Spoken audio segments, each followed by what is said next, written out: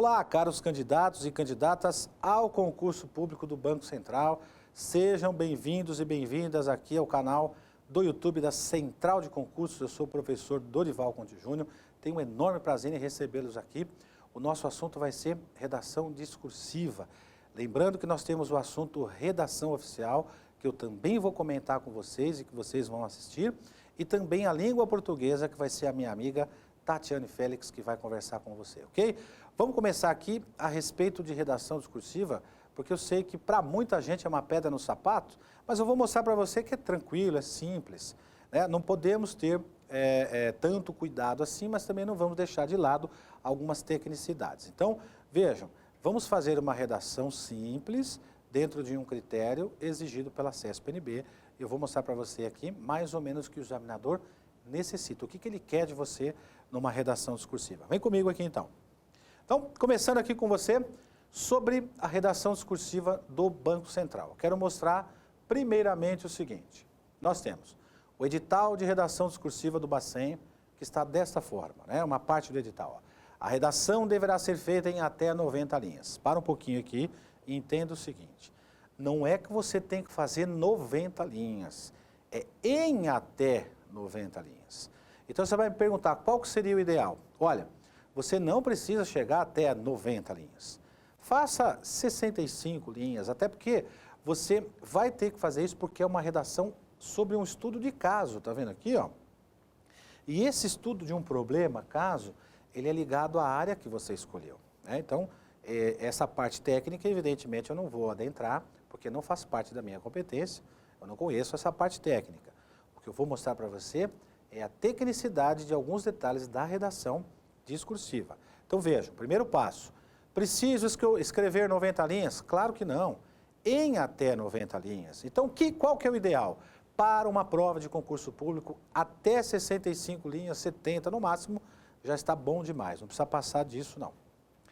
E em até 30 linhas para responder a duas questões discursivas. Então vamos de novo, você vai ter um caso prático dentro da área que você escolheu, que esse caso aqui é o estudo de caso, em até 90 linhas, e também você vai ter duas questões discursivas para serem respondidas em até 30 linhas. Também, usado na 90 linhas vai ser a mesma coisa no 30. Você não precisa chegar até 30 linhas. Vejam, olha o que menciona o edital. Em até 30 linhas, não significa ter 30 linhas, ok? Então, como é que vai funcionar isso? Primeiro você tem uma redação sobre um caso específico e depois mais duas sobre discursividade, pergunta e resposta. Claro que eu vou mostrar um exemplo para você aqui, né? E eu vou começar mostrando o seguinte. Primeiro, os temas a serem abordados farão parte dos conhecimentos específicos. Isso está no edital. Então você escolheu a área X, conhecimento específico da área X, a mesma estrutura, redação discursiva em até 90 linhas e 30 linhas para duas questões discursivas. A questão discursiva é pergunta e resposta, não vai entrar opinião. Vamos dar uma olhadinha aqui numa questão discursiva? É um exemplo que eu trouxe para vocês que eu encontrei numa prova. Ó. Explique, é lógico que esse tipo de questão você não vai precisar explicar agora porque não faz parte da sua área. Agora é só para você entender o mecanismo. Ó. Explique em que medida as práticas clientelistas, evidente que alguém dessa área sabe o que é isso, né?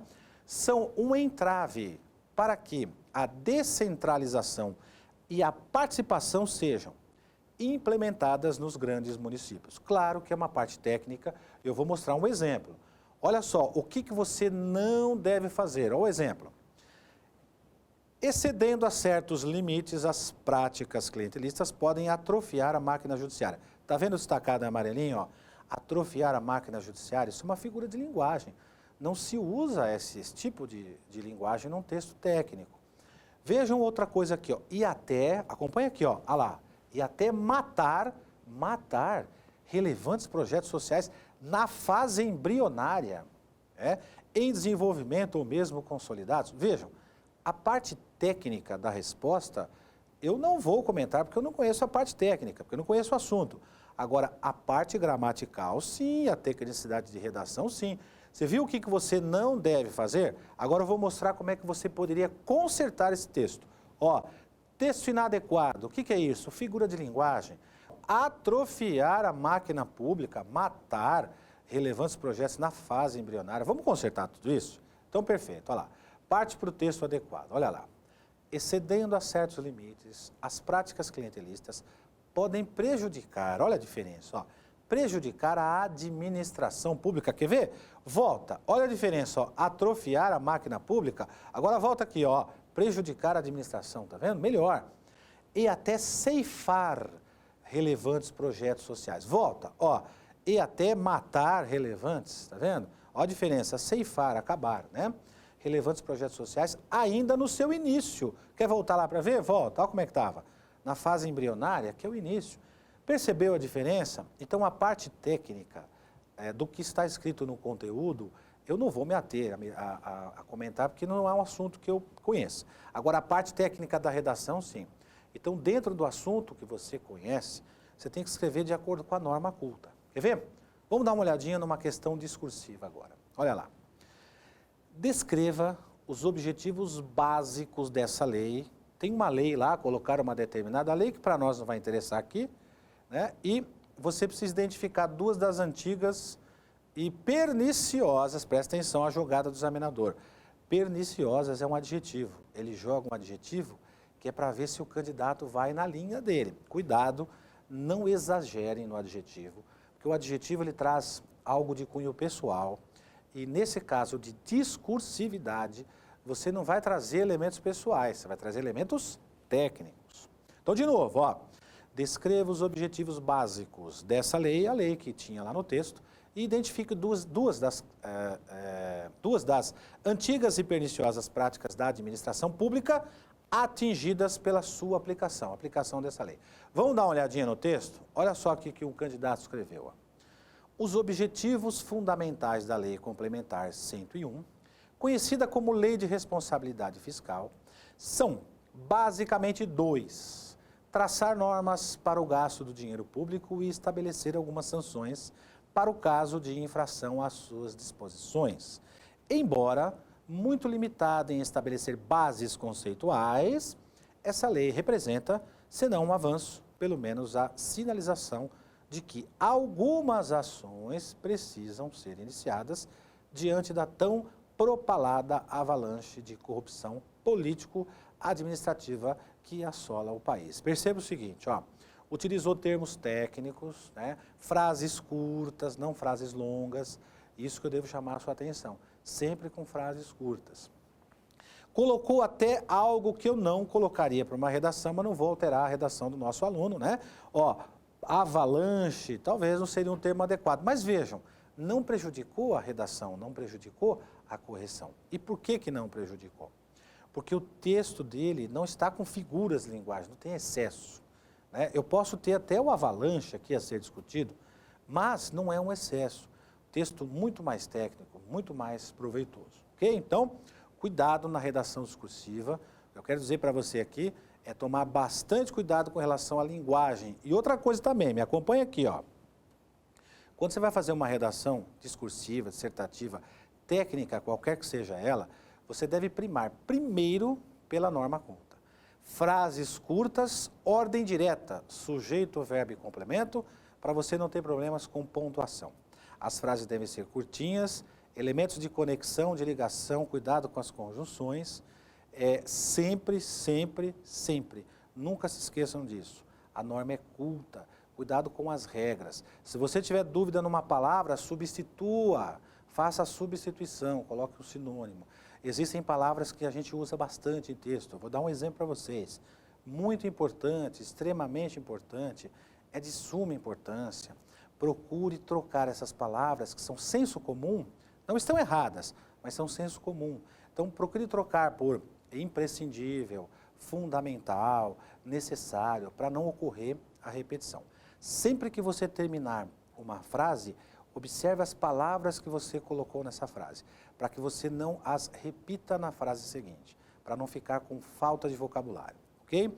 A redação discursiva diz respeito a uma redação dentro de um termo técnico que só você conhece, mas a parte técnica da redação eu posso dar essas dicas para vocês. Se houver rascunho, se você tiver tempo de fazer rascunho, seria o ideal, mas cuidado com a limitação de linhas. porque quando você faz um rascunho, normalmente ele fica maior, ok? Presta atenção nisso. Outro detalhe, não coloque título na sua redação. A redação discursiva não comporta isso, a não ser que o examinador, no momento da prova, exija. Se ele não exigir, não faça isso. Cometer um erro vocabular, um engano vocabular, o que você vai fazer? Você vai pegar um risquinho de fora a fora na palavra e vai escrever a palavra certa ao lado, ok? Nada de riscar, é apenas um risco e escreva a palavra certa ao lado.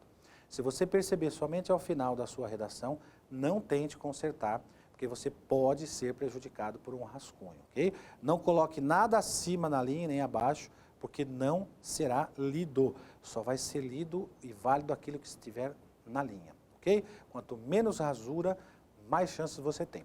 Agora veja bem, vou mostrar para você rapidinho aqui o que a CESP-UNB+ vai exigir. Se você fizer um texto técnico dentro de uma estrutura adequada, com lógica, com progressão, que o examinador consiga compreender, é isso que eles vão dar valor. A sua resposta é que vai ser valorizada. Se você tiver erros gramaticais, claro que isso pode prejudicar, mas não exagero. Preocupe-se em dar uma informação objetiva para o seu examinador. Lembre-se, é um assunto que você conhece. Você conhece porque está na área técnica específica, ok? Não assine em hipótese alguma a sua redação e não coloque título, porque não é pertinente a título, a não ser que ele exija isso na hora da prova, ok? Para não dar identificação. Cuidado com as linhas, não ultrapasse as linhas de margem para você não ter nota descontada. Tem um problema com regência, você não se lembra da regência da palavra, se tem acento de crase ou não, muda a palavra, troca, não arrisca. Sempre na ordem direta, sujeito, verbo e complemento, para você não ter problema com pontuação, ok? Espero tê-los ajudado aqui, claro que foi muito rápido, mas é exatamente para isso, são dicas pontuais a respeito de redação discursiva. Eu quero que você tenha uma ótima sorte na sua prova, estamos torcendo por você, que foi o nosso aluno aqui, e você que será nosso aluno amanhã também, porque sabe que é uma instituição séria, os professores são preparados para prepará-los para que você seja um servidor público. Lembre-se, o seu sucesso é o nosso também. Ficamos contentes quando vocês são aprovados no concurso público. Não se esqueçam de assistir às dicas da minha amiga Tatiane Félix, que vai conversar com você sobre gramática. Se você não assistiu, assistam, né, as preciosas dicas da minha amiga Tatiane Félix. E eu vou deixar um abraço para você aqui, desejo muito boa sorte e quero ser convidado para a sua posse, viu? Vou te ver lá no Banco Central. Um grande abraço e até lá.